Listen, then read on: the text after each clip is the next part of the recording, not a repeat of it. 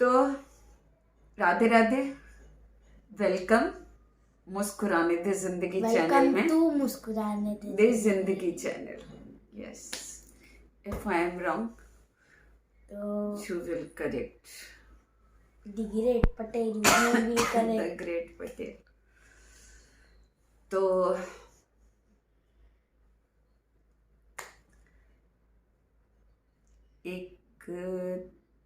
एक सेकेंड। तो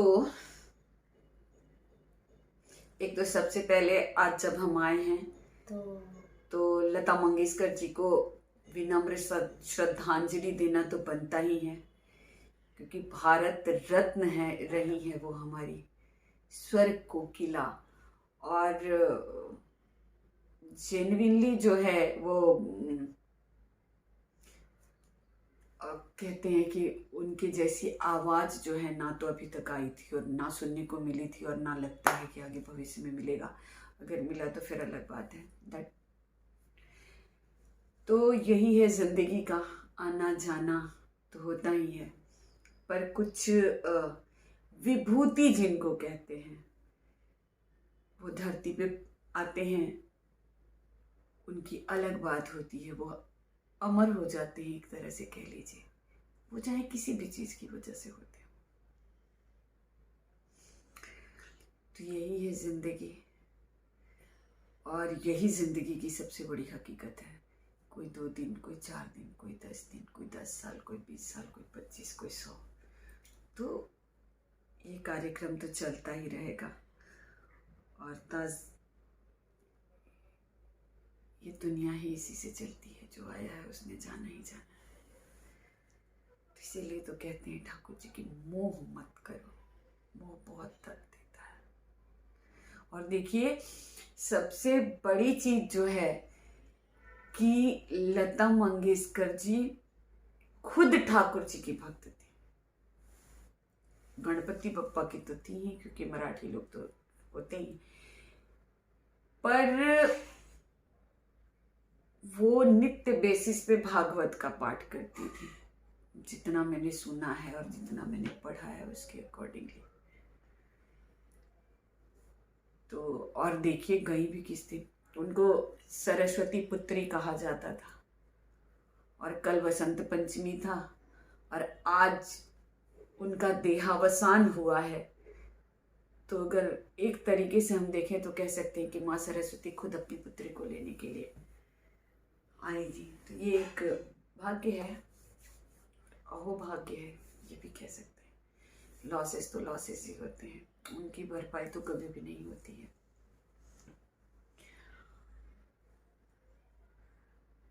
तो इस के अंत में जरूर उनकी गाई हुई मैं 2 लाइनें भी आपको सुनाऊंगी।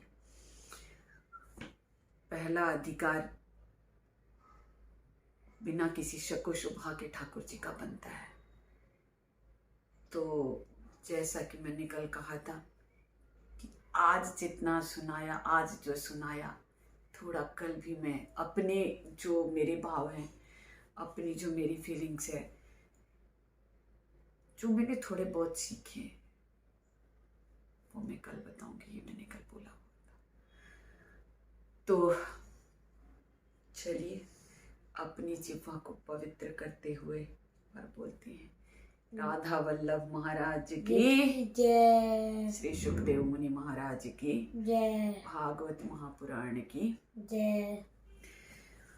तो कल हमने बात छोड़ी थी वहां पे कि ब्रज में जो उत्सव मन रहा था, कि अगर हम उसकी कल्पना मात्र भी करें तो अप्रतिम, अद्भुत अद्भुत क्या दृश्य रहा होगा। ये देखिए ना, हम सोच के अगर इतने पुलकित हो सकते हैं, हमारा हृदय अगर ये सोच के साथ इतना पुलकित हो सकता है, तो जिन लोगों ने उस वक्त उसको महसूस किया होगा, जिया होगा, उनकी क्या हालत रहेगी। धन्य थे वो लोग जो उनका सानिध्य पाए थे। तो इधर कंस ने कही रखा था कि जहां भी पता चले कि नवजात शिशु का जन्म हुआ है तो उसको मार देने का था।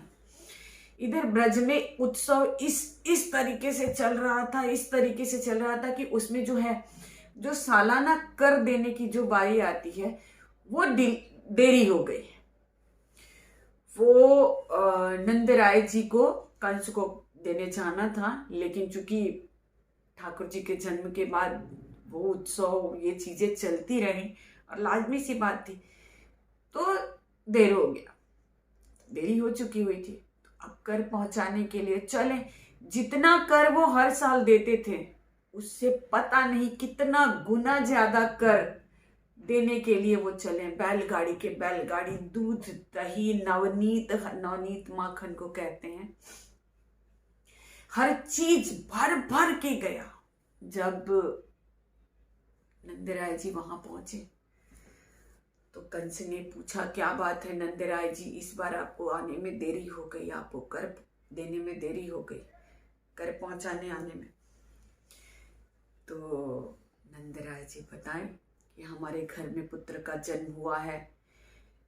तो इतने वर्षों के बाद जो पुत्र जन्म की प्राप्ति हुई है, पुत्र रत्न की प्राप्ति हुई है, तो पूरा गांव जो था इसको अब इस उत्सव को मनाने में इस वजह से देरी हुई। उन्होंने अपनी खुशी बताई अपना। वो कंस ने बहुत ढेर सारा आशीर्वाद दिया कि आपका लल्ला जो है दुनिया में बहुत नाम कमाए, उस दीर्घायु हो, उसका यश मान प्रतिष्ठा इस पृथ्वी पे बहुत बड़े,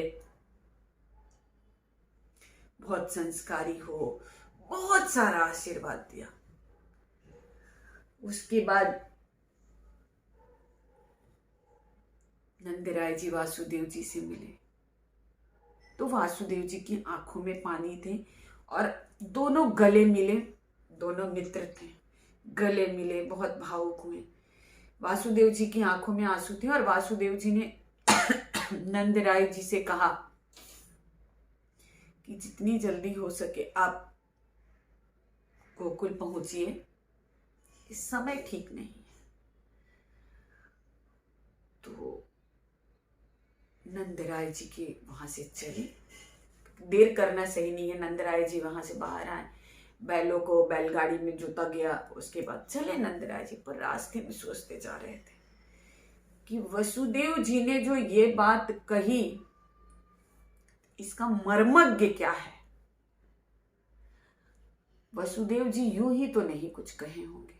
चले जा रहे थे और उधर कंस ने अपना, जो नंदराय जी से जब पता चला, तो अब कंस को तो हर चीज पे शक था ना, तो कंस ने पूतना को भेजा गोकुल में। पूतना नंदराय जी के घर पे आई तो पूतना तो बहुत विशाल राक्षसिन थी। अब ऐसे तो वो घर में घुस नहीं सकती थी।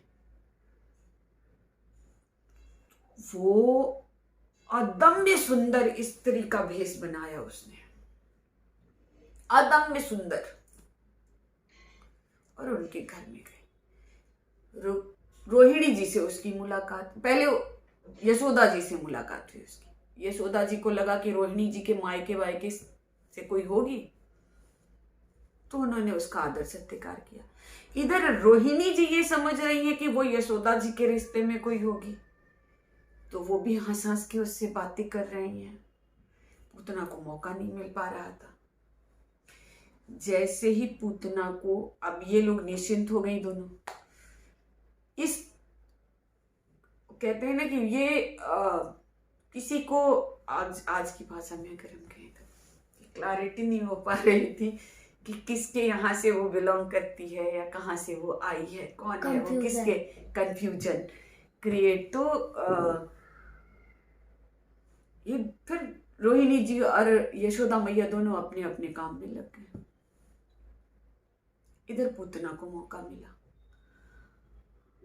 और पूतना जो थी वो अपने स्तन पे विष लगा करके आई थी ठाकुर जी को खत्म करने के लिए कि अपना दुग्धपान कराएंगे तो उस जहर को पी के ठाकुर जी ये लल्ला जो है यशोदा का चल बसेगा। ठाकुर जी तो ठाकुर जी है। ठाकुर जी को तो उस पूतना को भव पार कराना था। और उस पूतना की किस्मत देखिए कि वो भव पार भी किस रूप में करती है, कि वो थी तो राक्षसी, पर कहते हैं ना कि गाय को माता का रूप इसीलिए दिया जाता है क्योंकि उसके दूध पी करके हम आप बच्चे सब बड़े होते हैं। तो उसने उनको दुग्ध पान कराने का जो किया, देखिए यही कहते हैं कि इसके विधि में क्या लिखा हुआ है। उठाया उसने ठाकुर जी को, उसने उनको स्तनपान कराना शुरू किया। पहले तो ठाकुर जी लगे रहे। धीरे धीरे धीरे धीरे ठाकुर जी तो उसके प्राणों को पीना शुरू कर दिया। पहले तो वो जिस रूप में थी जिस रूप में आई थी उस रूप में थी, पर धीरे धीरे जैसे जैसे ठाकुर जी उसके प्राणों को पीना शुरू किए, वैसे वैसे पूतना अपने पुराने वेश में आना शुरू हो गई। वो ठाकुर जी को लिए वो जब उसने ठाकुर जी को स्तनपान कराना शुरू किया और ठाकुर जी ने जब अपनी लीला शुरू की, तो पूतना को जब लगा कि अब कुछ गड़बड़ हो रहा है, छोड़ो छोड़ो छोड़ो छोड़ो, तो वो घर से बाहर आ गई। घर से बाहर थोड़ी दूर ठाकुर जी के साथ चली, छोड़ो छोड़ो छोड़ो छोड़ो, पर ठाकुर जी तो ठाकुर जी थे, पीते गए प्राण, पीते गए। और अंततो गत्वा पूतना जब उसके प्राण निकले और वो जब गिरी धरती पे, तो ऐसे लगा जैसे कोई पर्वत गिर गया हो धरा पे। इतने जोर की आवाज की चारों दिशाएं गूंज उठी। सब डर के भागने लगे, क्या हुआ क्या हुआ क्या हुआ क्या हुआ। भगदड़ मच गया।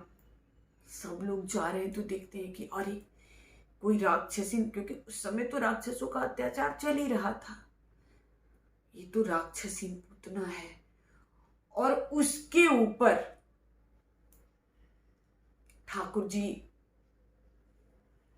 को वो लेके गई। अब तो यशोदा मैया की तो हालत खराब।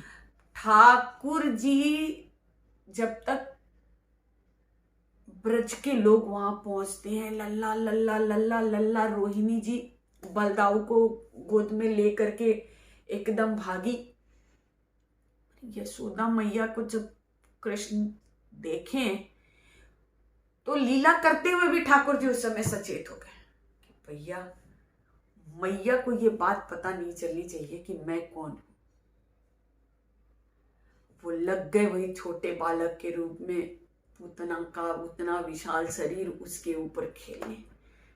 यशोदा मैया वहां पहुंची, लपक के ठाकुर जी को उठाई और गोद में लेके अब यशोदा मैया को लगने लगा कि मतलब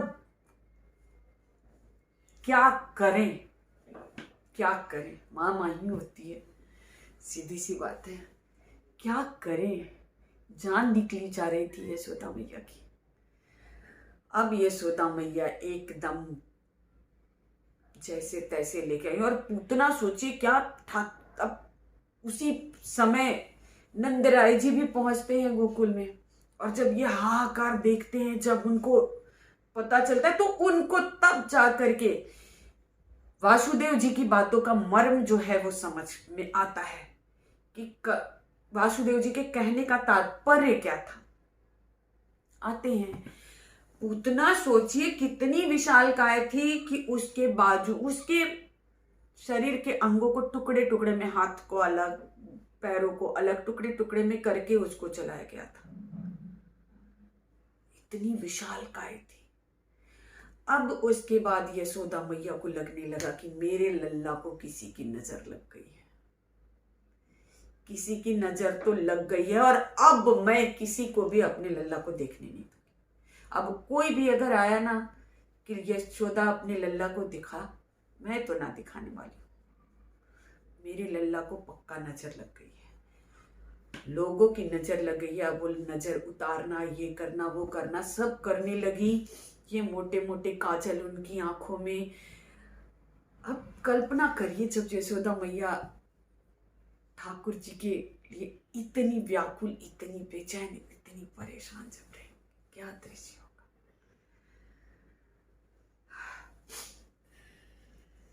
तो मैया तो तैयार थी नहीं लल्ला को किसी को दिखाने के लिए।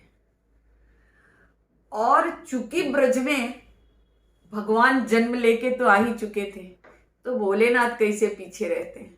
भोलेनाथ राम राम रटते हैं और राम जी भोलेनाथ भोलेनाथ रटते हैं। ये दोनों एक दूसरे के आराध्य हैं। शिव के आराध्य राम है और राम के आराध्य शिव है। और चाहे राम हो चाहे कृष्ण हो, है तो विष्णु ही। तो भोलेनाथ कैसे नहीं आते हैं, उनको तो आना ही था।